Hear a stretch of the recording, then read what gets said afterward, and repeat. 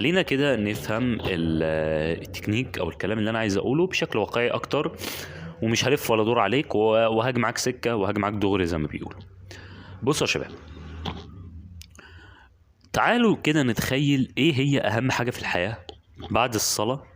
تقدر تقول ايه هي اهم حاجه في الحياه؟ اقول لك انا الصحه.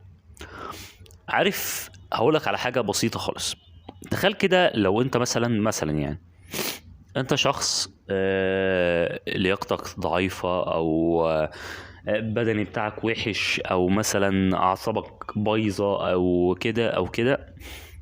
عايزك كده تتخيل معايا. انا بص، انا مش هقولك فوائد الرياضة ايه، ومش هقولك الفوائد بتاعتها ايه، ومش هقولك الكلام النظري اللي انت بتسمعه في الفيديوز، ولا هقولك الكلام ده. انا راجل بحب التطبيق العملي، الموضوع يفيدني عمليا، وانا في الحالة دي هبدأ اقتنع. تعال اجيبك وهقول لك ببساطه. انا لو اقول لك بقى ان بتفيد القلب وبتفيد مش عارف ايه وبتفيد مش عارف ايه وبتفيدك نفسيا وبتفيدك عصبيا، لا لا لا، انا مش هقول لك الكلام ده كله. انا هجيبها لك بشكل عملي. اول حاجه، لو حد مثلا هنفرض فرض بسيط خالص، حد ضرب اخوك الصغير، تمام، بيفتري عليه يا عم. حد ضرب حد من حريمك، حد ضربك انت شخصيا، هتقدر تتصرف ازاي وانت اصلا لياقتك تعبانه؟ لو واحد اداك زقه كده اهو هيطيرك لسبع دوله. فدي حاجه، تمام. حاجه تانية بقى، ودي مهمه، اهم من دول كلهم، تمام، اهم من دول كلهم. بص، انا هقول لك ان الفلوس مهمه، والصحه اهم. لو انت النهارده معاك فلوس ومرضت، مين هيقف جنبك؟ هتقول لي فلوسك ممكن توديك احسن مستشفيات، بس ممكن ما تخفش، لان لياقتك في الاساس وصحتك تعبانه. ركز كويس قوي في المبدأ اللي انا بقوله، في الكلام اللي انا بقوله. طيب، طب ناخدها بنقطة كمان. انا بحب اتكلم في نقاط كده معينة. معلش بس عندي شوية برد يعني، نتلاشى عن الموضوع ده.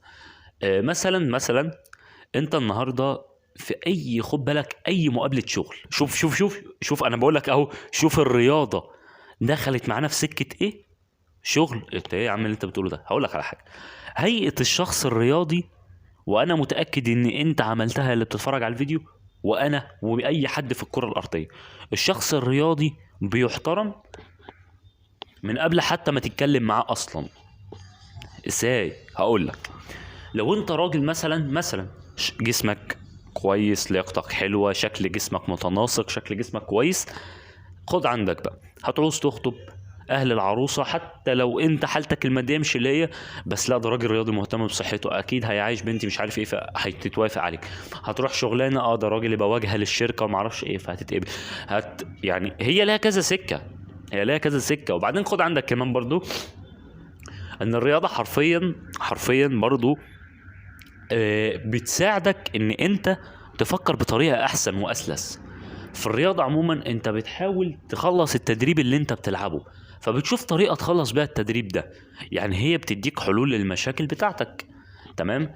فانت برضو نفس الفكرة، يعني فهمت، فبتعلمك ازاي تحل مشاكلك حتى في الواقع. فانا من وجهة نظري كمحمد علاء، لا، بقول لك العب رياضة من دلوقتي. طيب يا محمد علاء، معناش فلوس وما اعرفش ايه والكلام بقى اللي بقعد اسمعه، اللي هو التبريرات، مش معروف لها اساس ولا اي بتنجان. لا، انا من وجهة نظري لا، ما تعطلش نفسك، ما فيش حاجة مستاهلة تعطيل، لان الموضوع اصلا بسيط جدا، وزي ما بيقولوا سلس جدا. لا، انزل العب رياضة، وانزل يعني شوف دنيتك، هتلاقي الدنيا معاك اسلس واحسن بكتير، تمام. فانا من وجهة نظري، ما الفلوس مش عطل خالص. انزل شغل، انزل اشتغل عشان تجيب فلوس، عشان تلاقي تجيب مكملات وتجيب الاكل بتاعك. مش شرط مكملات في البداية والله، بس انا لازم تبدا، ما تقعدش تقول هبدا بكره والكلام اللي احنا عارفينه، اللي ما ولا بيودي ولا بيجيب ده. فبس يا شباب، دي كانت حلقة النهاردة. يا ريت بقى لو الحلقة عجبتكم تنزلوا تشتركوا وتحط لايك، وطبعا الاشتراك بتاعك بيدعمني انا كمحمد علاء جدا. فجود باي، السلام عليكم، باي باي يا شباب.